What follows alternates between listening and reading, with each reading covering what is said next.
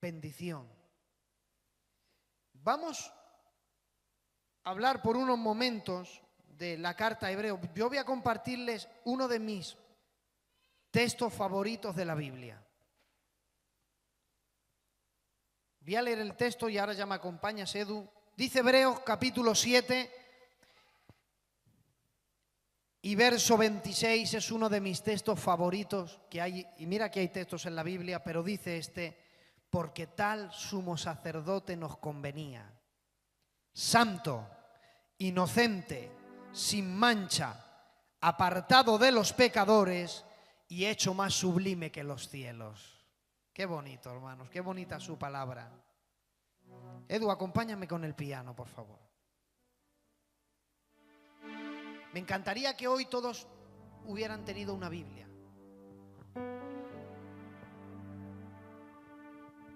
¿Queréis coger Biblias? Porque vamos a coger... No voy a salir de un libro, o sea que no hace falta que miréis mucho. ¿Queréis coger Biblias?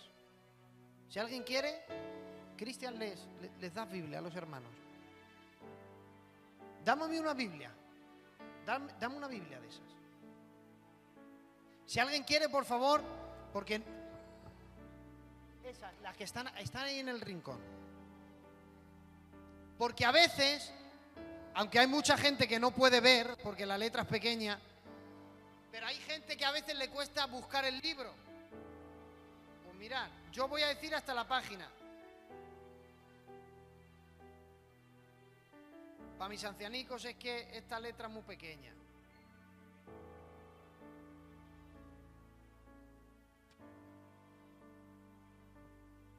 Mira, la página donde está la carta a Hebreos, para que no busquéis mucho, 645, 642, 43, 44, ahí está el libro de los Hebreos. La 600... que como Hebreos está ahí medio escondido. Yo he leído Hebreos capítulo 7, verso 26. Este es un mensaje donde yo no salgo de la carta a los Hebreos. Entonces, si encuentras el libro, ya no cierres la Biblia, porque yo no voy a salir de ese libro. No voy a recorrer 20 textos, solamente voy a hablar del libro de los Hebreos, ¿vale? Y si alguien quiere seguir ahí, yo cuando diga el capítulo 5, verso 11, pues tú solamente una o dos hojas vas a tener que pasar. Pero mirad, yo primeramente os voy a poner en contexto. Todos los libros de la Biblia, la carta a Hebreos, eso es lo que es una carta que va dirigida ¿a quién? A los hebreos. Pablo escribió cartas a las iglesias. Cuando Pablo, primera de Corintios, segunda de Corintios, Pablo escribe una carta a la iglesia que está en Corinto. Filipenses, Pablo escribe una carta a la iglesia que está en Filipo. Gálatas, Pablo escribe una carta a la iglesia que está en Galacia. Efesios, Pablo escribe una carta a la iglesia que está en Éfeso. Por eso se llaman así las cartas. Pablo escribía cartas y las enviaba. Y luego un cristiano o normalmente el pastor de la iglesia leía las cartas, y leyendo las cartas es como si Pablo estuviera ahí en el púlpito y les enseñaba. La Biblia está compuesta por 66 libros. El Antiguo Testamento tiene 39 libros. Y el Nuevo Testamento tiene 27. Más bien son 4 libros y cartas. Libros y cartas, 27. De las 27, 13 las escribió Pablo. Pablo escribió 13 cartas. Cuando los cristianos, los primeros cristianos se convirtieron, no tenían esto. Nosotros lo tenemos ahí en la iglesia y ahí están. Se diezmaron y ahí están. Pero cuando no puedan leer, pues, el móvil.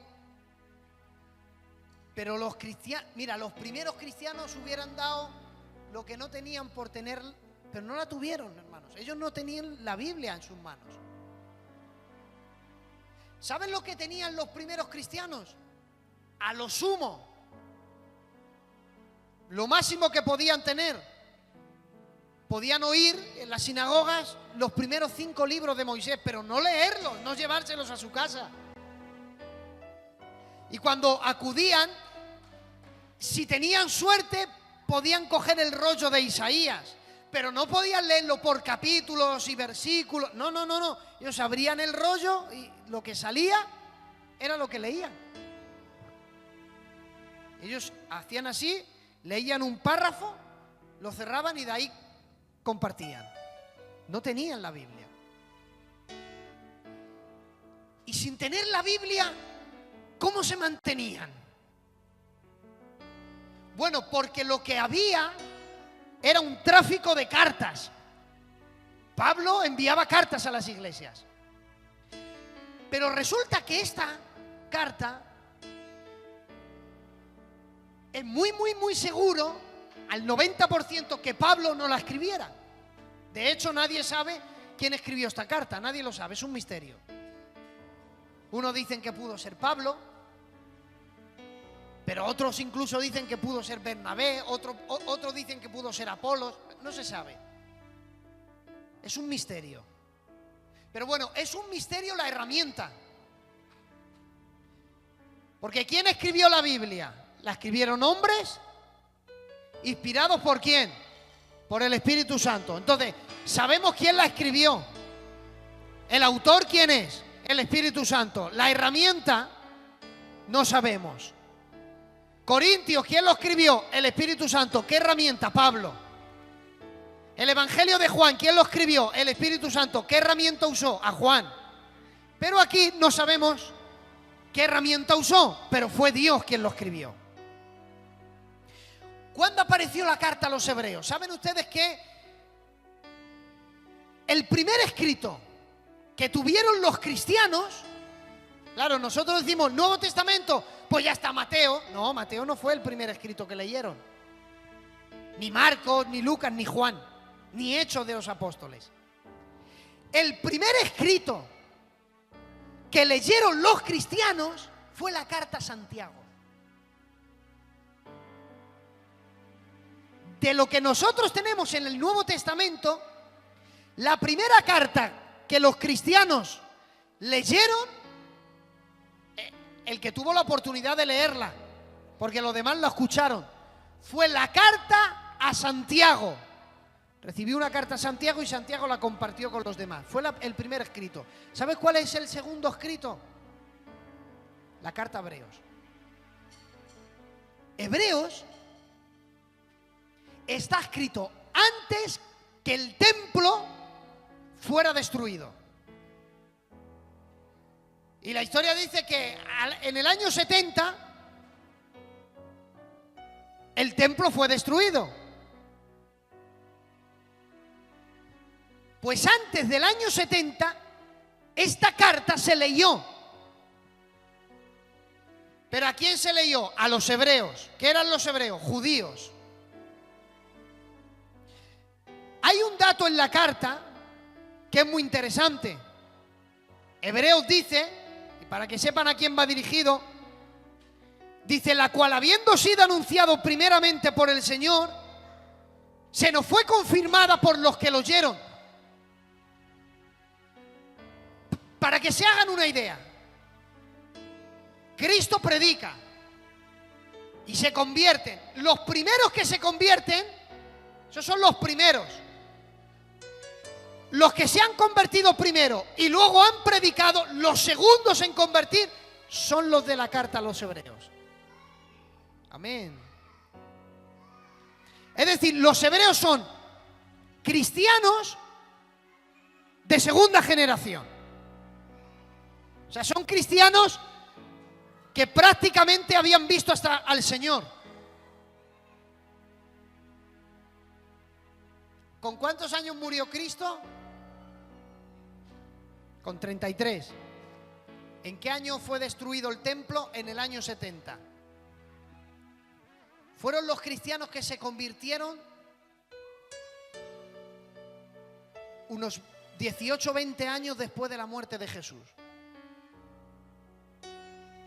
Fíjate, Cristo había muerto a los 18 o 20 años después de morir. Los cristianos que se han convertido, que los primeros fueron judíos, recibieron esta carta. Pero mira lo curioso, ¿por qué os digo todo esto? Lo van a entender. Cuando un judío nacía, ellos lo tenían todo. Los judíos tenían a Dios, ¿verdad? Tenían a su Dios y ellos crecían, como ese niño que está diciendo amén. Pues a ese niño ya le decían todas las noches quién era Dios, que Dios era santo, que había que acercarse a Él con temor. Por eso los judíos tenían un poco miedo a Dios. Por eso a los judíos les encantaba tener un intermediario. Y en vez de ir ellos directamente a Dios, mandaban a gente. Por eso tenían patriarcas, tenían a Abraham, tenían a Isaac, tenían a Jacob, tuvieron a Moisés, pero también tuvieron a los sacerdotes. ¿Qué era un sacerdote? Un sacerdote era un intermediario entre el pueblo y Dios. También tuvieron los profetas. ¿Qué tenían los judíos? Los judíos tenían, número uno, tenían patriarcas.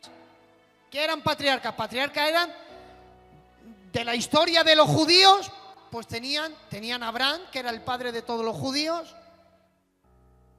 Tenían a Isaac, que era otro patriarca. Tuvieron a Jacob. Eran líderes que los judíos tuvieron.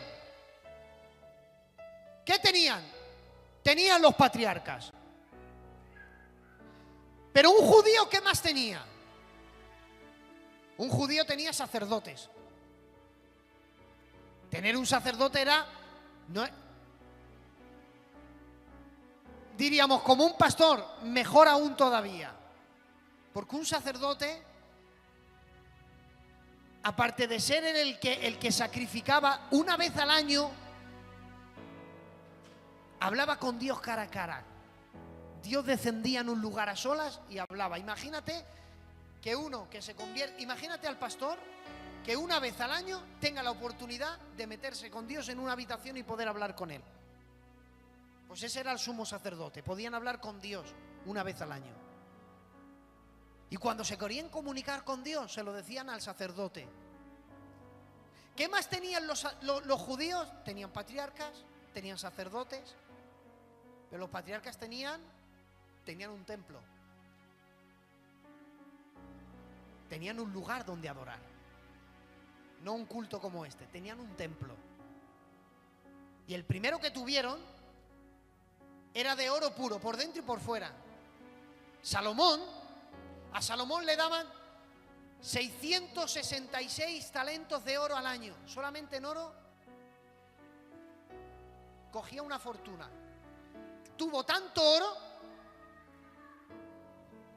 que Dios le dio tanta riqueza, le llenó tanto de oro a Salomón, que dijo Salomón, ¿para qué lo quiero? Dijo, ya está. En vez de pintarlo, lo revistió de oro el templo.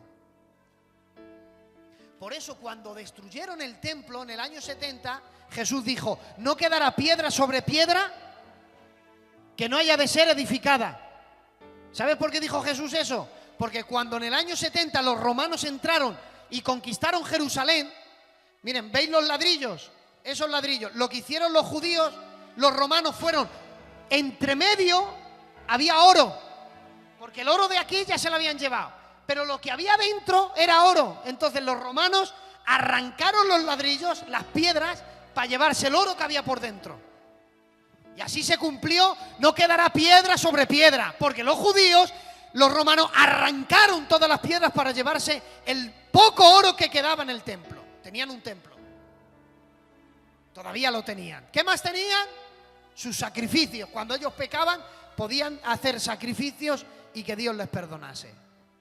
¿Qué más tenían los judíos? Tenían la mejor ciudad del mundo. la mejor, Jerusalén. Un resumen. ¿Qué tenían los judíos?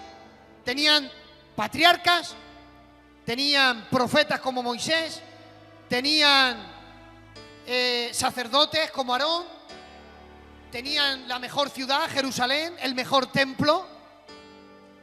Lo tenían todo. Llega el evangelio al mundo judío. Y cuando un judío se convertía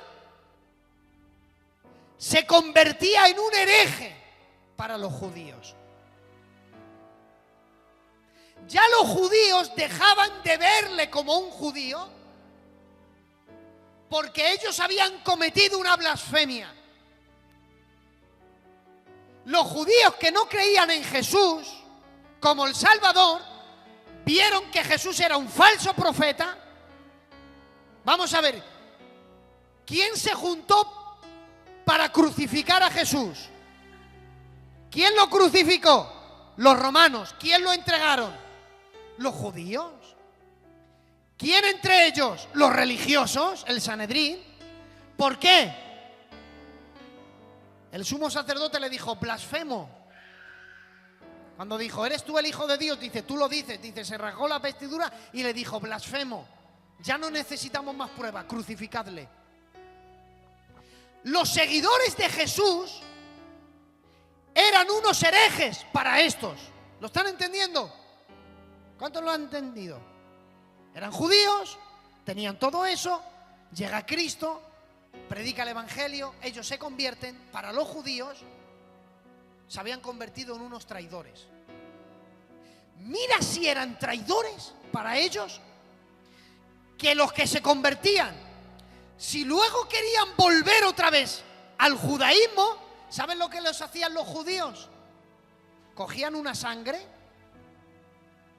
y delante de todos la tiraban por el suelo y decían, si verdaderamente reniegas de Jesús,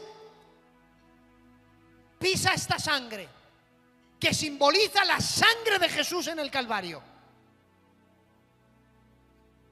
Y la carta de Hebreos habla de eso, de que pisoteaban la sangre de Jesús. Había gente que era tan presionada que ya salían del cristianismo, querían volver otra vez al judaísmo, y los judíos los veían tan rebeldes que le decían, vale, pero pisa eso.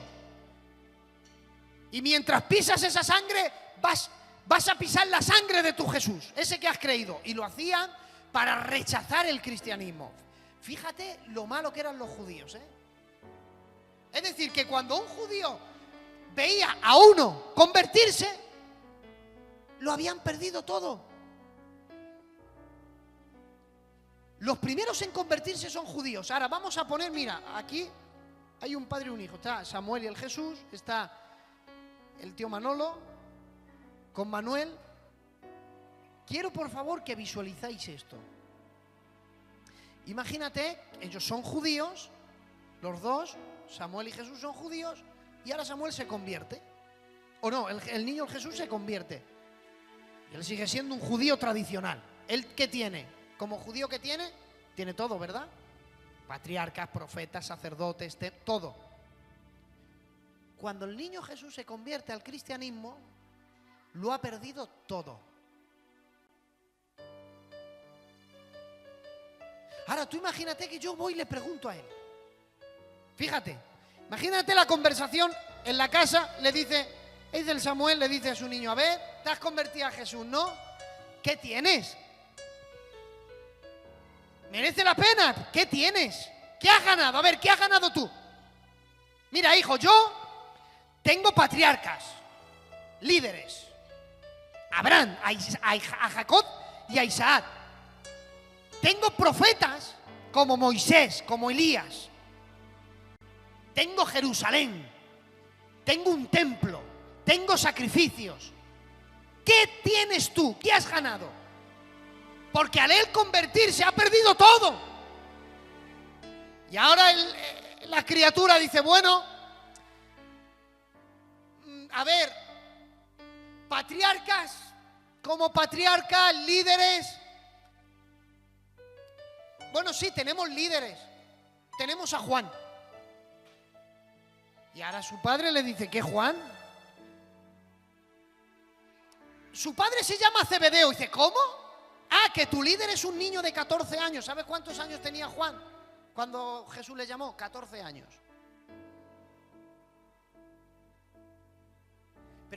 Pero, ¿qué edad piensa que tenían los discípulos? ¿Sabes con cuántos años murió Jesús? Manuel, ¿qué edad tienes? ¿Cuánto? Con 10 años más murió Jesús.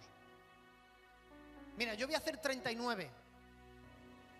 Hoy día tengo 38. Con 5 años menos murió Cristo. A mí me invitaron porque colaboro en Jesús también fue joven, en esto de Pan Bendito. Y hacen una pregunta a todos los invitados. ¿Cómo te imaginas a Jesús de joven? Y le respondí, ¿y cuándo dejó de ser joven?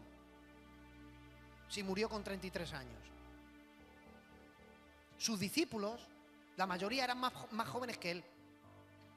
A ver, ¿qué tienes? Tu líder tiene 14 años. ¿Y qué clase de líder es ese? A ver, ¿qué más líderes? Bueno, tenemos a Simón. ¿Qué es Simón? Bueno, era celote. Ah, un celote, un revolucionario, un asesino. ¿Qué más líderes tienes? A ver. ¿Tienes gente inteligente? Sí, tenemos a Mateo. ¿Qué Mateo? Hombre, trabajó para los romanos. Que era un publicano. Los judíos odiaban a los publicanos. Y el judío le dice, mira, le diría Samuel, hijo, mal negocio has elegido. Yo tengo patriarcas y tú no tienes nada. Bueno, venga, vamos a darte otra oportunidad, hijo. ¿Tienes profetas como Moisés? Y en aquel tiempo no tenía. No, bueno, eso... Venga, hijo, vamos a seguir porque creo que te estoy hundiendo. Nosotros tenemos un templo. ¿Tú qué tienes? ¿A dónde adoráis? Y ellos, ¿sabes qué dirían? Bueno, como templo no tenemos. Vale, ¿y dónde adoráis? Bueno, a veces nos juntamos en casas. Fíjate el cambio. Ah, que no tenéis templo. No, que nos juntamos en casa. ¿Y qué hacéis en casas?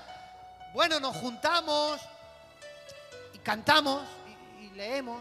Ah, que no tenéis templo, hijo. Bueno, tenéis un sacerdote. Tenéis un sacerdote. ¿Cómo va vestido tu sacerdote? Y dirían, bueno, sacerdote, no tenemos. Y el otro día, pero vamos a ver, hijo. Yo no sé si lo están viendo en la media, es que yo lo estoy viendo ahora mismo. Y ahora Samuel le diría, pero vamos a ver, hijo, ¿para qué te has convertido? No tienes patriarcas, no tienes sacerdotes, no tienes profetas, no tienes templo. Hijo, ¿qué tienes? ¿Qué has ganado? Se has perdido en todo. Hijo, ¿sabes que mientras seas cristiano ya no tienes derecho a la ciudad más hermosa del mundo, Jerusalén? ¿Qué has ganado tú? Le diría, hijo, has hecho un mal negocio siendo cristiano. ¿Qué has ganado siendo cristiano? Si es todo pérdidas. Y encima, hijo, tienes que ocultar tu fe porque los cristianos eran perseguidos, apedreados, masacrados, quemados, crucificados. Eso es lo que habían ganado. Mira lo que tenemos nosotros siendo cristianos. Un culto, un coro, tenemos de todo. Estos, los hebreos, habían perdido patriarcas, sacerdotes, profetas, ciudad, templo, sacrificios, todo. ¿Saben lo único que habían ganado? Que los perseguían, que los odiaban, que los crucificaban, que los mataban, que los quemaban. Eso es lo que habían ganado los cristianos. Y ahora, escuchen, yo he dicho que voy a predicar hoy. En medio de todo este caos, ¿Hasta aquí me están entendiendo? Pues en medio de todo este caos aparece una carta. Una carta a los hebreos. ¿Qué hebreos? Los que se han convertido.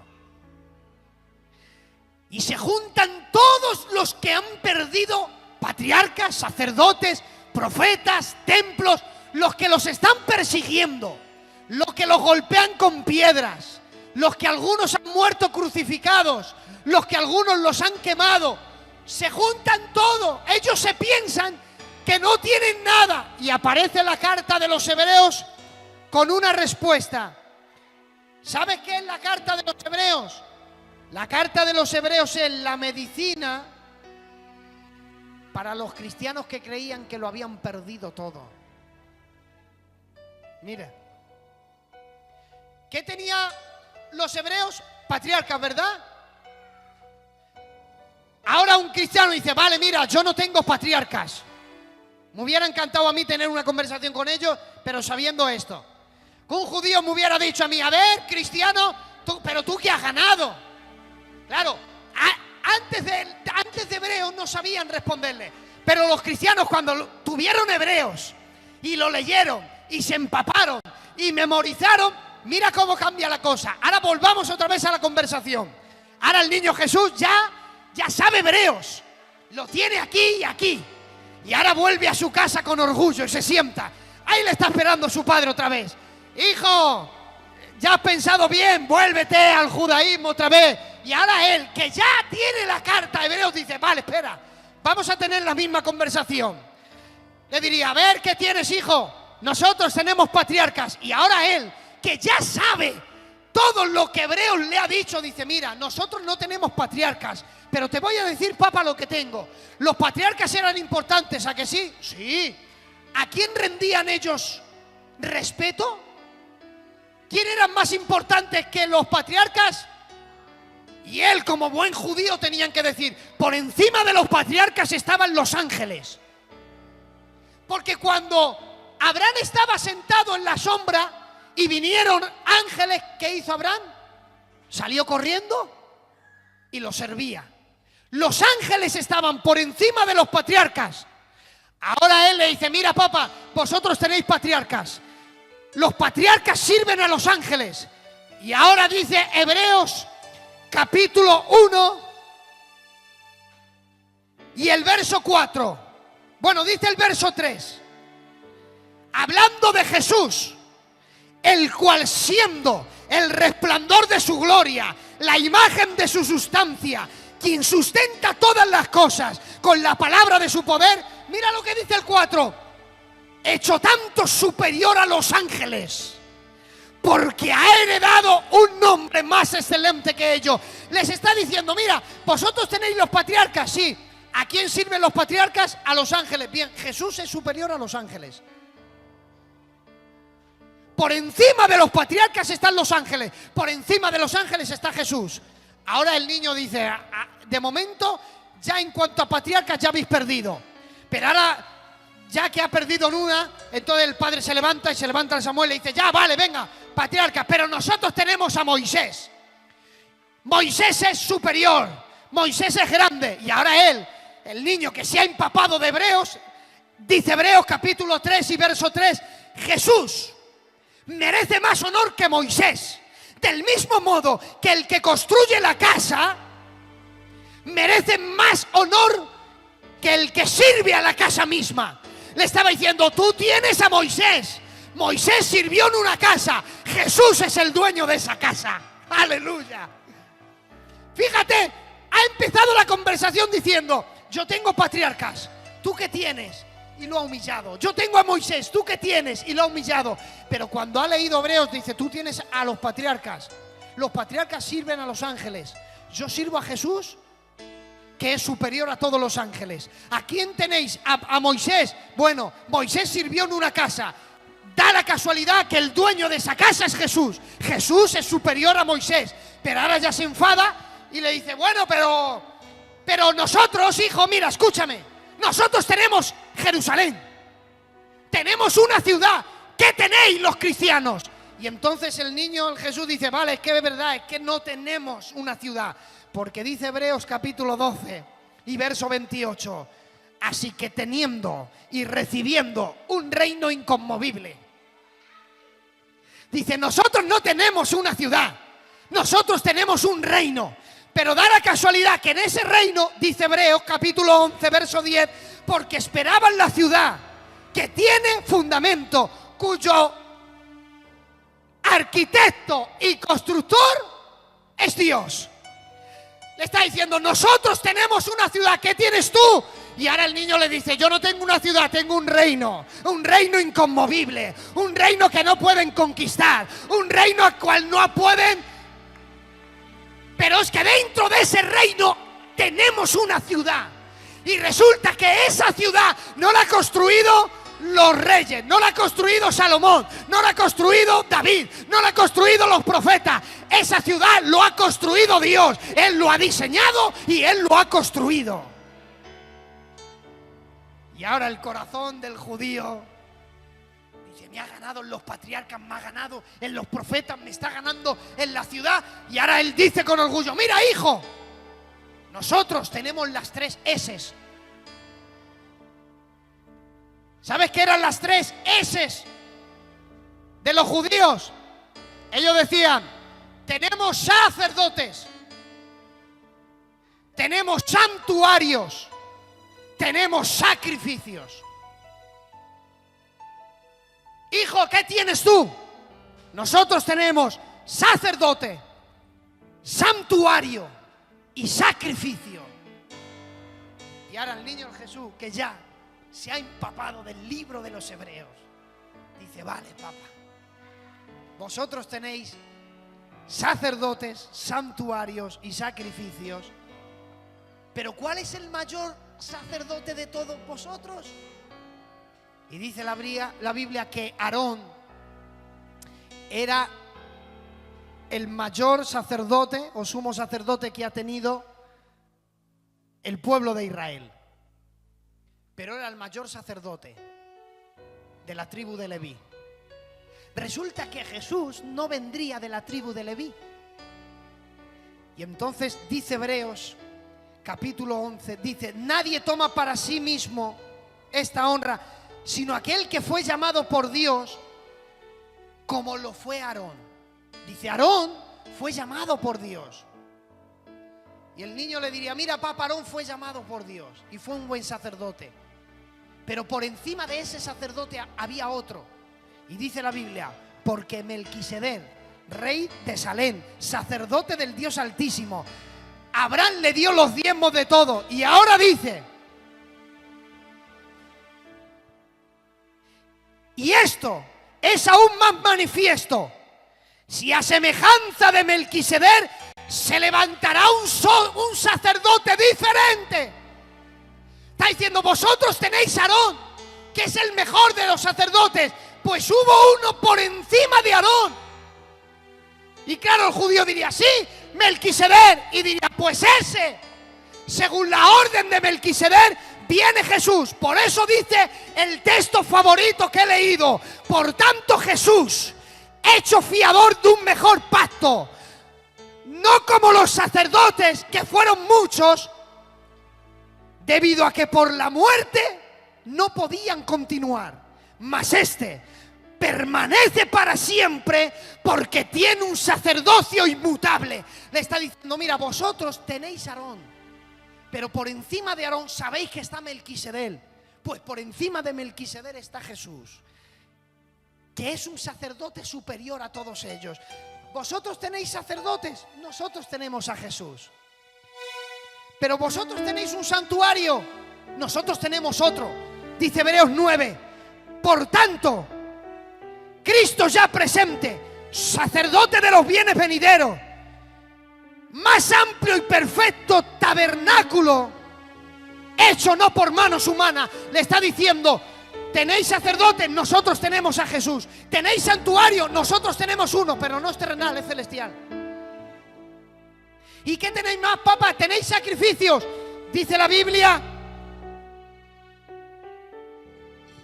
pero Cristo, Hebreos 10:12, habiendo ofrecido una vez para siempre un solo sacrificio por los pecados. Le está diciendo, mira, vosotros tenéis sacerdotes, vosotros tenéis santuario y vosotros tenéis sacrificio, pero cada vez que pecáis tenéis que llevar un animal, y pecáis y tenéis que llevar un animal, y pecáis y tenéis que llevar un animal. Nosotros no tenemos muchos sacerdotes, tenemos uno que es eterno, que es Jesús. No tenemos un santuario que está en la tierra, tenemos un santuario que está en los cielos. Y en cuanto a sacrificio, no hace falta que nosotros llevemos animales y llevemos muchos y que sean muchos sacerdotes, porque solamente uno, Cristo, no solamente fue el sacerdote, Él también ha sido el pacto que se ha ofrecido una sola vez para siempre, y con un sacrificio nos ha hecho perfectos. Les está diciendo, nosotros hemos ganado en todo. Les está diciendo, hebreos, habéis dejado el judaísmo. Ellos dicen que habéis perdido, pero habéis ganado en todo. Porque Cristo es superior a los patriarcas, superior a los profetas, superior a los sacerdotes. Es que no tenemos sacrificios, es que Él es el sacrificio. Es que no tenemos sacerdotes porque Él es el sacerdote. Cristo es el único sacerdote que ha hecho las dos funciones. Cristo ha hecho de sacerdote, ha subido al cielo, ha entrado en un santuario que hay en el cielo y así mismo se ha ofrecido. Él es el sacerdote y también es la ofrenda. Está diciendo, nosotros no hemos perdido. Y para cerrar el mensaje, dice, ya para cerrarle, le dice el niño Jesús, mira papá, siéntate, porque nosotros no hemos perdido nada. De hecho, hay ganancias extras. Y dice Hebreos 6, porque teniendo un fortísimo consuelo. ¿Sabes lo que tienes siendo cristiano? Un consuelo. Los cristianos no sufren como los inconversos sufren. Y Dios dijo que llorar, que podíamos estar tristes, eso lo dijo. Dice, no quiero que ignoréis acerca de los que duermen, ni os entristezcáis como los que no tienen esperanza. Está diciendo, podéis estar tristes, pero os queda la casualidad que tenéis que estar tristes con esperanza. Los que sufren en el mundo no tienen esperanza. ¿Sabes lo que tienes? Carta de los Hebreos, tienes un fortísimo consuelo. Dios es el único que te puede consolar cuando un ser querido parte. Mejor que Él no te entiende nadie. Termino. Hebreos 6, 19. Tenemos como segura, firme nuestra alma. ¿Sabes qué tienes siendo cristiano? Tienes seguridad. ¿Sabes que siendo cristiano sabes a dónde vas a acabar? ¿Sabes cómo te va a ir la vida siendo cristiano? ¿Quieres saberlo? Te va a ir bien. Eugenio, voy a sufrir ya, y en el mundo también vas a sufrir. Eugenio, siendo cristiano voy a llorar, y en el mundo también vas a llorar. Pero ¿sabes qué tienes? Tienes seguridad. En el mundo no sabes lo que te espera. Yo sé lo que me espera. Basilio Moto decía, hago planes para 100 años, pero estoy listo para partir mañana.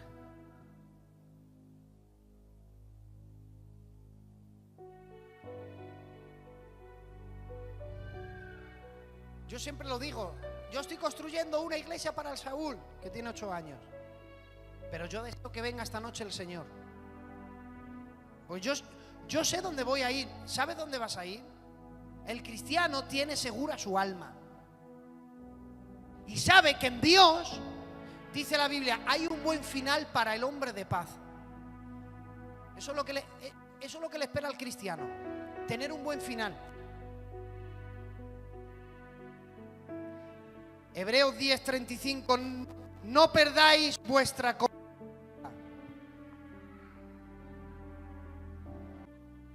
Aleluya.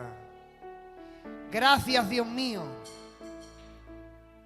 Gracias porque en ti Todo son ganancias. Porque todo lo tenemos por basura. Porque este mundo no nos da nada bueno, Señor. Gracias por tenerte a ti y darnos consuelo y darnos esperanza.